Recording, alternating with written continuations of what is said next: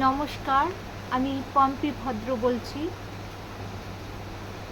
আমাদের দৈনন্দিন কর্মব্যস্ত জীবনে যাদের সাহচর্য দরকার,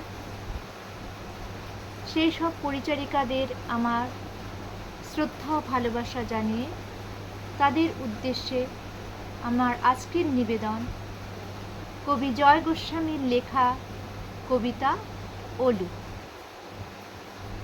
আমাদের রান্না করে ওলু, এ বাড়িতে কারো কিছু হারালেই ওলুকে জানাও।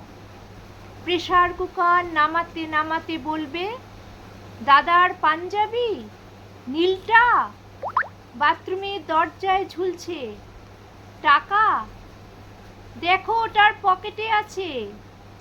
বৌদির রোদ চশমা টিভির ওপরে, বৌদির চোখের ওষুধ বুকুন্দির কলেজের খাতা।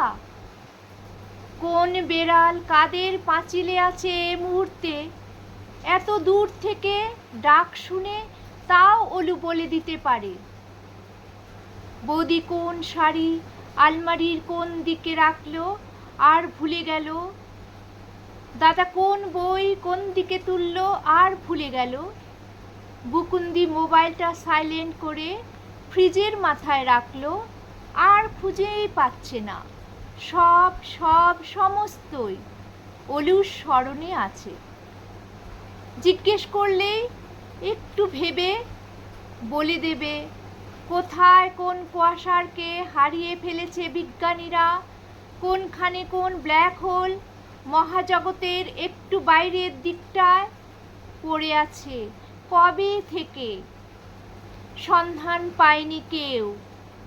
কোন মহাপিণ্ড কবে ফেটে গেছে, তার টুকরো কোথায় কোথায় ছুটে চলেছে এখনো। অনন্ত এ বাড়িটাতে কোন জিনিস কোনখানে ফেলে রেখে সৃষ্টিকর্তা ভুলে গিয়েছেন। ওলুকে জিজ্ঞেস করো, ওর বোধ হয় সব মনে আছে। নমস্কার।